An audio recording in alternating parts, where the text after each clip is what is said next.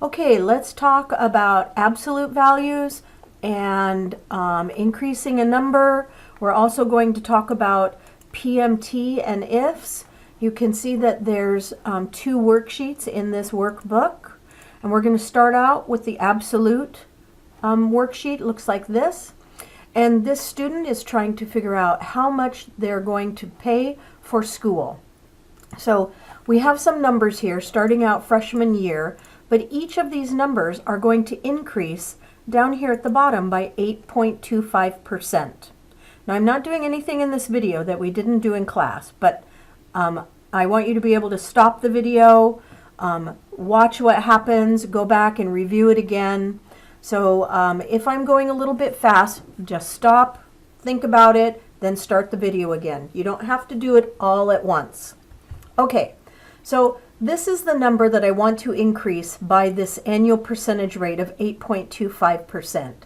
So to do that, I have to type this number and I want to increase it by 8.25%.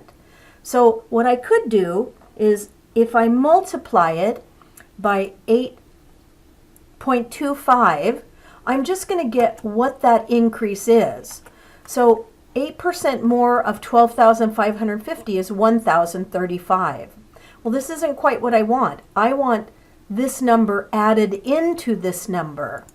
So I need to add back in this number again. Now, I don't need to have a parentheses around this because the order of operations in Excel says it will multiply before it adds. But what I do need is I need B23 to be an absolute value. So remember in class we talked about the absolute value has this dollar sign wrapped around before the column and before the row. And that's your F4 key, that function key. It switches between absolute, mixed, relative. Relative is just what we've been using normally. Absolute, mixed, relative, absolute. So you just keep hitting the F4 key until you see the way you want it to be. And the reason we want that is because when we click and drag this down through all of these, we want to make sure that it's only ever looking at B23. Oh, I said I want fill without formatting because I want the formatting to stay the way it was. And the formatting is with this sign, with this border. So it's only looking at, now it's looking at B4, increasing it by this annual 8.5. And the close times B23. The entertainment times B23. So that's that absolute. Keep it stay the same. Okay, so because we did this one right, and it will only ever look at B23, I can drag in this direction, and it will also fill in, it'll look at the sophomore year, C3 times B23. So you see the power of using this absolute value. Now I'm going to highlight both of these and copy down. It's really that simple. Oh, and I want to say fill without formatting because my formatting was already pretty the way I wanted it. So you can see the value of having this absolute value is then we can just use our fill handle to copy over and down.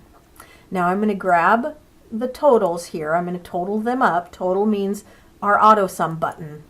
And there's our answers. Now, freshman year is going to cost $32,000. Sophomore year is going to cost $34,000, almost $35,000, $37,000, $40,000. So how are we going to pay for that? Or how is the student going to pay for that?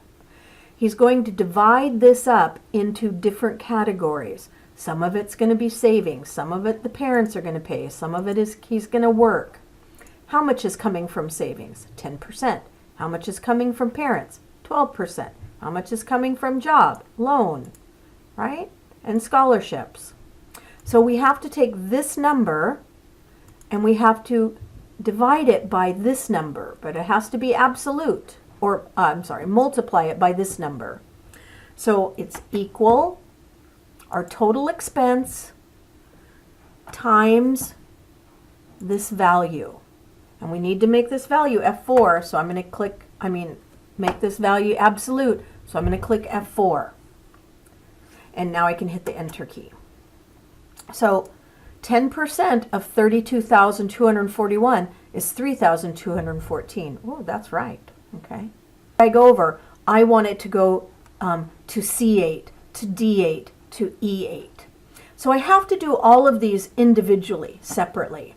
So I'm going to go back to equal this total expense times the parents are going to pay 12%. But I'm going to make this absolute.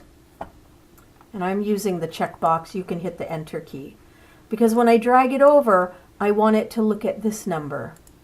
I want it to look at C8 and multiply it by that 12% that the parents are paying. Okay? Let's keep going. I'm going to say equals the total expense times the job, 11%, and I'm going to make this absolute. Hit the Enter key. Do it again. Equals total expense times loans. Here, B21. Make it absolute. Hit the Enter key. Do it again. Total expense times scholarship. Make scholarship absolute. And this time I'm going to hit the check mark because I want this to be my active cell right here. This. So I hit the check mark and this stays the active cell. So now I have my answers in all of them and I can just drag them over. Right? So in the end, scholarships will pay $13,000. This will pay, loans will be $14,000. So the student, well, if you look at it, the student's going to end up having loans of this amount when they finish school, which is pretty big. But at least they know about what to expect.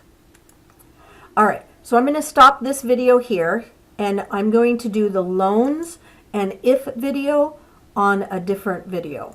Okay? So go stop this video, think about it, watch it again, see how I did it, and practice yourself.